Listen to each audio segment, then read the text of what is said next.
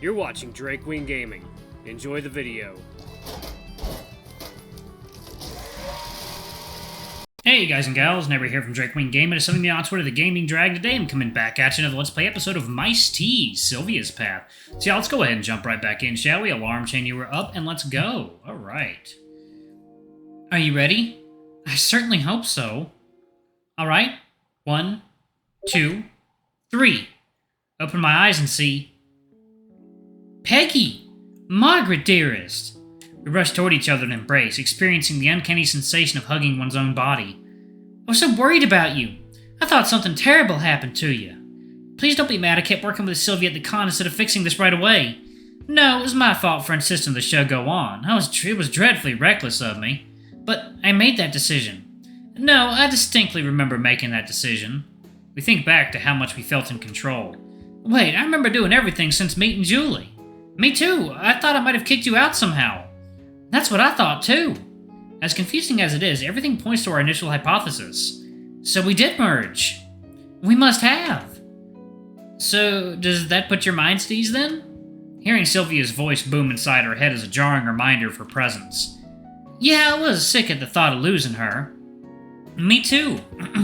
Though it's a little funny hearing that after you tried taking over 4 days ago. Well, that was... It's okay, I came in here with the intention of kicking you out after all. Weird how much difference a few days can make. Truer words.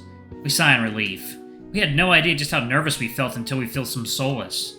But Sylvia has to bring up the pressing question. So, what do the two of you want to do now? Would you like to maintain a distinction, or would you like to re-emerge and come out as you came in? Neither of us want to make the first move, but one of us has to. Well, I think Peggy might have the most relevant opinion. Are you sure? Yeah, I mean, you perceived yourself as being in control this afternoon, right? That's true, yes. And that's more than you usually get to do, right? I suppose, though it's still asking quite a lot from you. But I felt the same way. I still felt in control and felt like myself, just more of myself. You really share that with me. Your body and your relationships and your whole life. Sure, that's why I kept you around in the first place. I wanted someone to help me do all the things I was afraid of doing. If you're on top of me all the time, it's even easier. That's so generous of you. The other day when I emerged, I thought remaining on top with you below was the only way I could keep any autonomy. I had a chance to live a full, distinct life, and I was willing to lock you up to do it. I was so sure a nice girl like Margaret would let me live my life as I wanted. Even after we made our initial deal, I had hoped you'd trip up and I'd be the one on top most of the time. In my desperation, I didn't even give you the chance to hear my case. I thought there was no way you'd let me act on your behalf unless I took control. Turns out I was mistaken. I dare say I underestimated you. Hopefully more people get the chance to. So, do you want to do it? Are you serious, darling? This is the best deal I could imagine.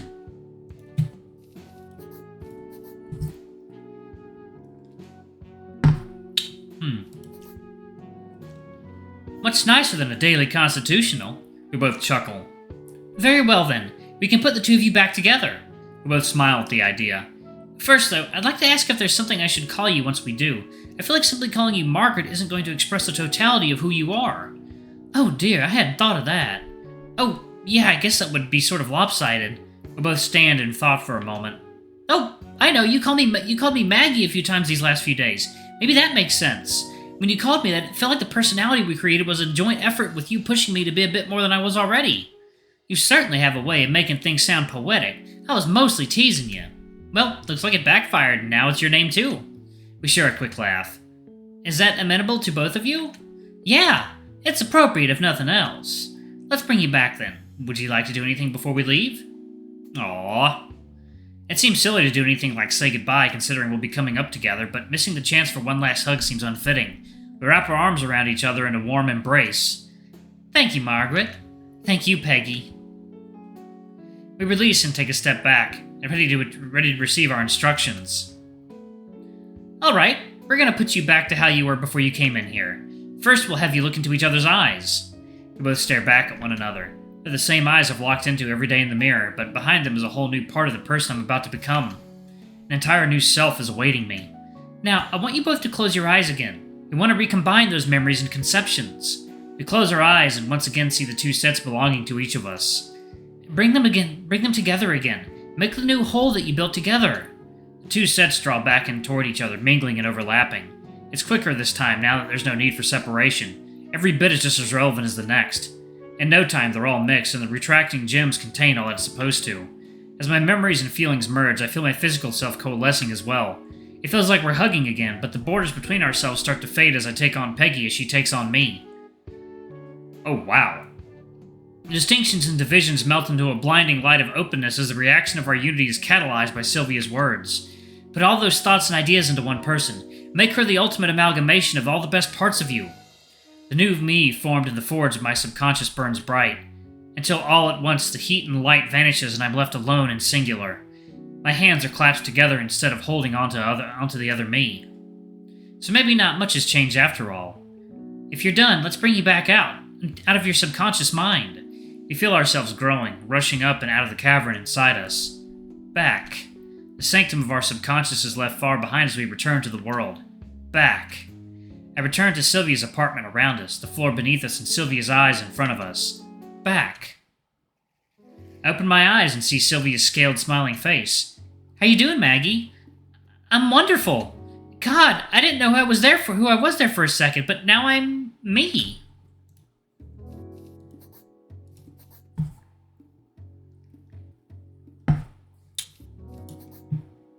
Girl, she fine as hell. Both fine as hell. I'm Maggie. It's different to say it out loud with my tongue and lips and vocal cords. A concept that had only been conceived in thought becomes tangible. The clothes I'm wearing are now Maggie's clothes, and my apartment is now Maggie's. More importantly, Maggie's girlfriend is standing right in front of me. Or rather, coiled. I'm glad. I step forward and take her hand, rubbing the claw on my thumb between the creases of her scales. Are you now? I'm wondering if you should be. I'm not sure you've grasped the ramifications of making your girlfriend like this. Maybe you should have kept meek little Margaret in charge. It might have saved you a lot of trouble. The scales on her face are too opaque to let her blushing shine through. Oh, I don't know. Margaret wasn't all that meek the other night. Then just think what you're in for with me. A shiver in the small of her back travels down the full length of her tail.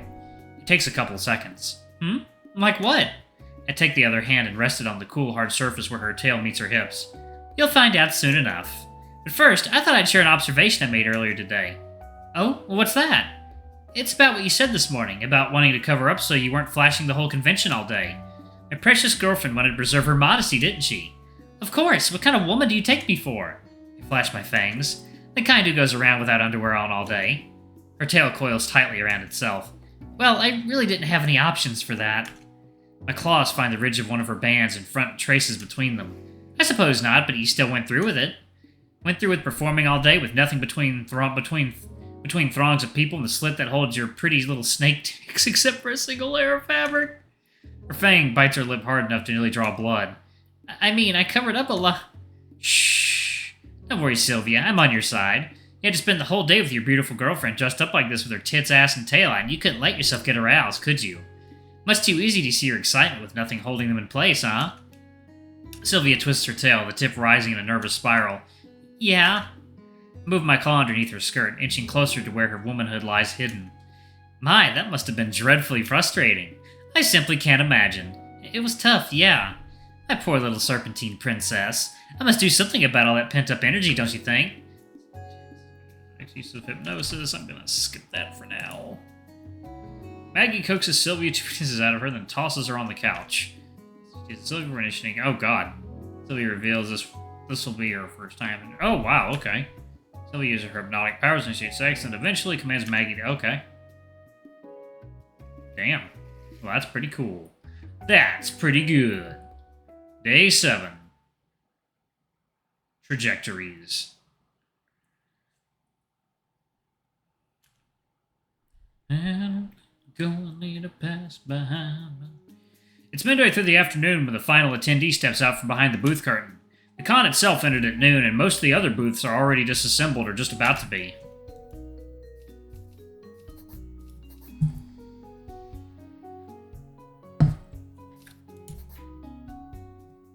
That's when we cut off entrance to the line and have been working our way through it since. Thanks for coming today, Mark. I'm glad we were able to get a start on dealing with your issues. Yeah, it felt really good to get started. Necessary. I'm glad you think so. So, do you think you'd want a follow-up text to confirm you found a therapist you think works for you? I could even look up some if you think that'd help. Yeah, a follow would be nice, and I'll try finding one myself first. I looked into it a little bit a few months ago. Great, I'll check with you in 10 days. I'll talk with you then. And thanks a lot again, Mrs. Nagalowski. You're welcome. Right this way, sir. Thank you for being our final guest during our engagement this weekend. I escort him away from the booth and into the empty aisle marked with painter's tape that delineated the booths that once lined it. He walks with a subtle confidence toward the exit. Another one a little above our pay grade? Yeah, we definitely got the ball rolling, though. I think he'll be set up well for when he gets some professional help. You alright? Oh, yeah, for sure. I feel I've been lucky with that this weekend. I've only had to send a couple of people to an actual therapist, and for them, I mostly helped them feel they were up for it. Sylvia demonstrates that even snakes are capable of rueful smiles. I let her sit with the emotion for a moment. Well, the convention organizers have been awfully patient with us, but I imagine they'll have to take the booth down eventually. Oh, yeah, I'll get myself back to normal in there before we head out. No need to stay a snake for the rest of the evening. I'll probably have to borrow some shoes, though. Eager to get back to your usual self, are we? Well, I had planned on attending this big fancy social event this evening. It's black tie and everything. Though by now it's too late to get changed, and then do hair and makeup in time to attend.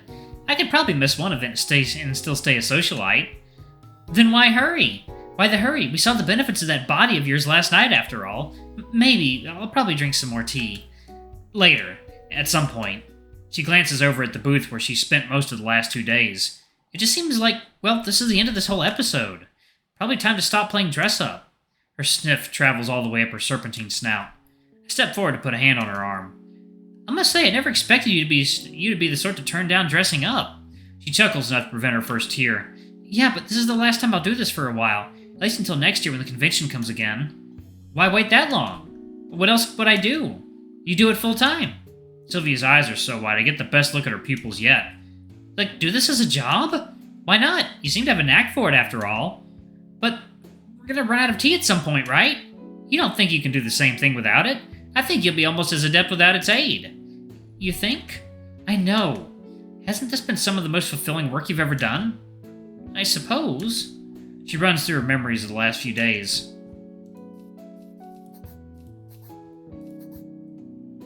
I mean, it's definitely been the most fulfilling thing I've ever done. More than my magic act or my job at Barlow's. That seems as good a reason as any to pursue a career in it. But I have to go back to school for that. I'm too old to go back now, right? Sylvia, a word of advice. Avoid telling your elders you're too old to start something new. You might discourage them. Come on, Maggie, you're only 3 years older than me. And I'm not done starting new chapters in my life. I'm considering starting a new business venture I've been putting off for some time. Just think how much easier it'll be for you to start something new. Fang rakes her lower lip.